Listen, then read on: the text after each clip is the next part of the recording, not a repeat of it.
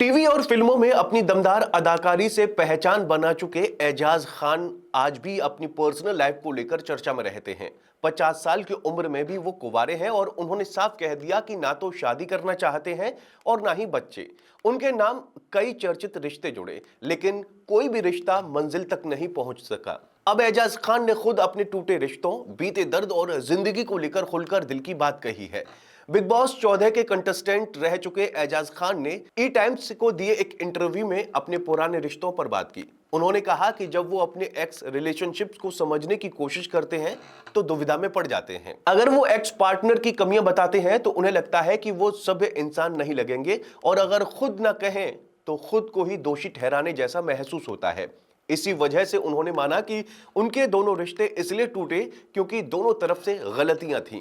एजाज खान का नाम पवित्रा पुनिया के साथ सबसे ज्यादा चर्चा में रहा। ब्रेकअप के बाद पवित्रा ने एक पॉडकास्ट में एजाज खान पर कई आरोप भी लगाए थे। इसके बाद एक्टर को सोशल मीडिया पर जमकर ट्रोल भी किया गया। इस पर एजाज ने कहा कि उनकी एक्स गर्लफ्रेंड्स की बातों को तोड़ मरोड़ कर पेश किया गया। उन्होंने साफ कहा कि पवित्रा ने यह आरोप लगाया था कि उन्होंने धर्म परिवर्तन के लिए दबाव बनाया, जबकि ऐसा कुछ भी नहीं हुआ था। बाद में खुद पवित्रा ने भी इस बात को नकार दिया था।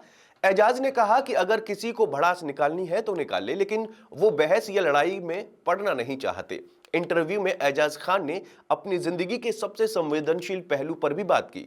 उन्होंने बताया कि बचपन में उनके साथ शारीरिक शोषण हुआ था, जिसकी वजह से उनके मन में फिजिकल टच को लेकर डर बैठ गया था। हालांकि उन्होंने माना कि अब वो काफी हद तक इससे बाहर निकल चुके हैं।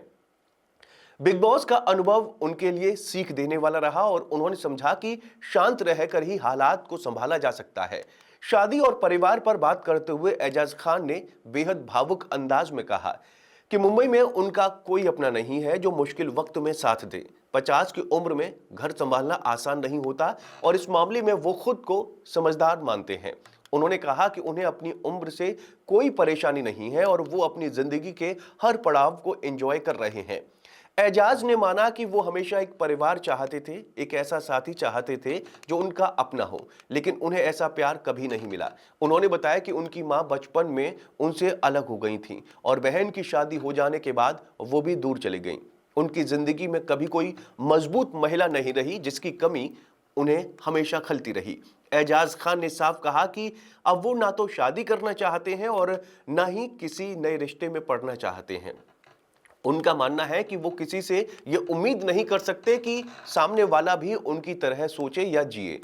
अरेंज मैरिज को भी उन्होंने जोखिम भरा बताया। उन्होंने कहा कि वो अच्छे पिता बन सकते थे, लेकिन फिलहाल वो अपनी सेहत और खुद पर ध्यान देना चाहते हैं।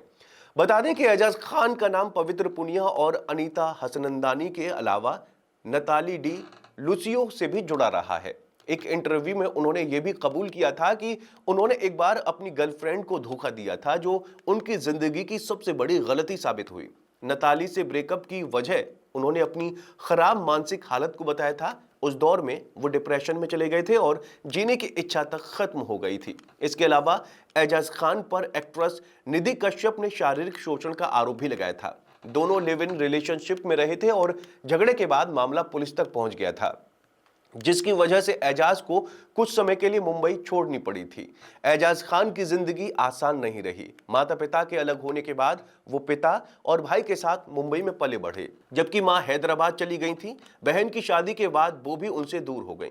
एजाज के मुताबिक उनकी परवरिश उनकी आंटी ने की। बिग बॉस 14 में भी उन्होंने अपने बचपन के दर्द और चाइल्ड एब्यूज पर खुलकर अपनी बात रखी और बताया कि उन्हें कोई छुए ये उन्हें पसंद नहीं है। कुल मिलाकर एजाज खान आज अपनी जिंदगी को जैसे हैं वैसे ही स्वीकार कर चुके हैं।